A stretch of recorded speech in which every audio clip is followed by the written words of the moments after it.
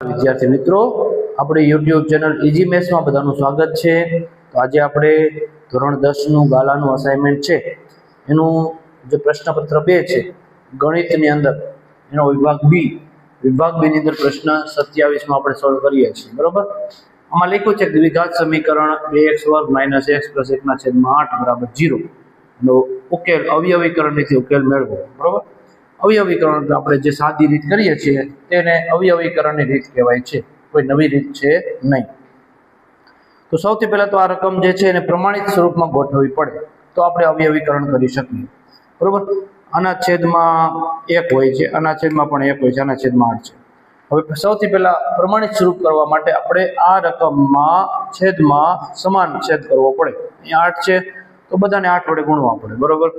તો આપણે જો આને 8 વડે ગુણીએ તો 8 × 16x થાય, આને 8 વડે ગુણીએ 8 × 1 = 8 થાય, 8 × 1 = 8x થાય, 8 × 8.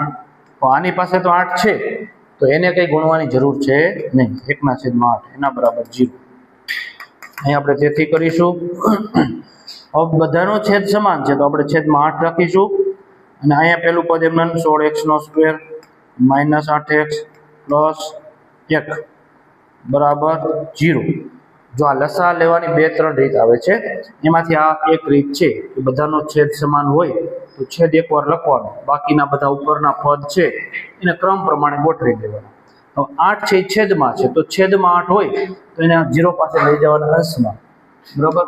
તો 16x² છે, -8x છે, +1 છે, બરાબર 0 ની પાસે 8 જાય એટલે ગુણાકાર થાય. તો 0 ની પાસે ગુણાકાર કરે એટલે એની કિંમત શું થઈ જાય? 0. બરોબર. તો 16x² - 8x + 1 આટલું વધ્યું આપણી પાસે.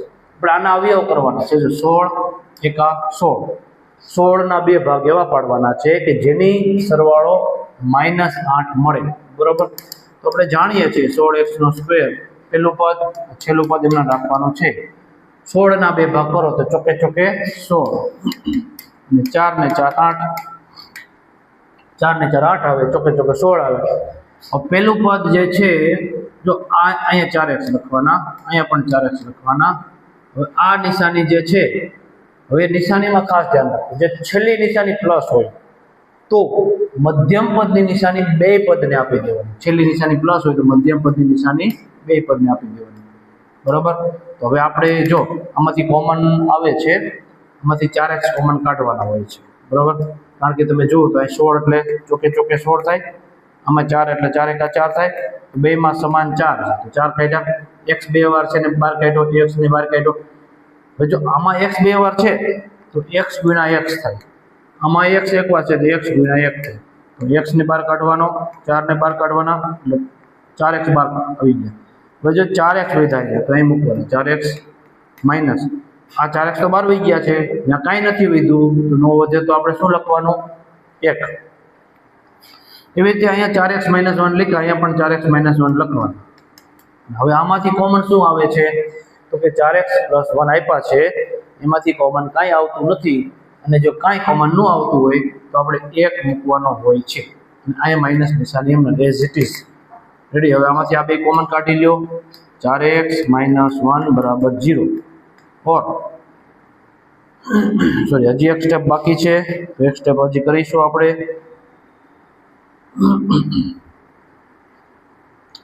તો 4x - 1 ના 4x - 1 વધ્યા બાજુમાં મૂકવાના બરાબર 0.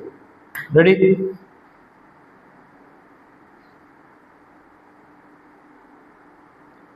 હવે આ તેથી ના તેથી આ બે પદ અલગ કરવાના. 4x - 1 બરાબર 0 ઓર 4x - 1 બરાબર 0.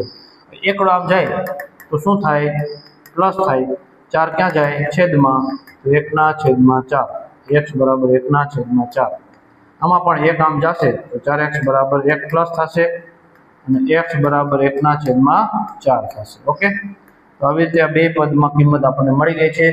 આ જે દ્વિઘાત સમીકરણ જે છે એ સમીકરણનો ઉકેલ આવી રીતે આપણે કરવાનો હોય છે, જે એકદમ સાદી અને સિમ્પલ રીતથી આપણે સમીકરણનો ઉકેલ મેળવ્યો. તમે હજી અહીં ધારો તો લખી શકો કે આમ સમીકરણના ઉકેલ 1/4 અને 1/4 મળે છે. ઓકે. એકદમ સિમ્પલ દાખલો છે. તો આપણી ઇઝી મેથ્સ ચેનલ છે એને તમે લાઈક કરો, શેર કરો અને સબસ્ક્રાઇબ કરો. બરાબર, તમે જો સબસ્ક્રાઇબ કરશો તો આ નવા વિડીયો તમારા ફોનમાં તમને બતાવતા રહેશે. Okay, thank you very much.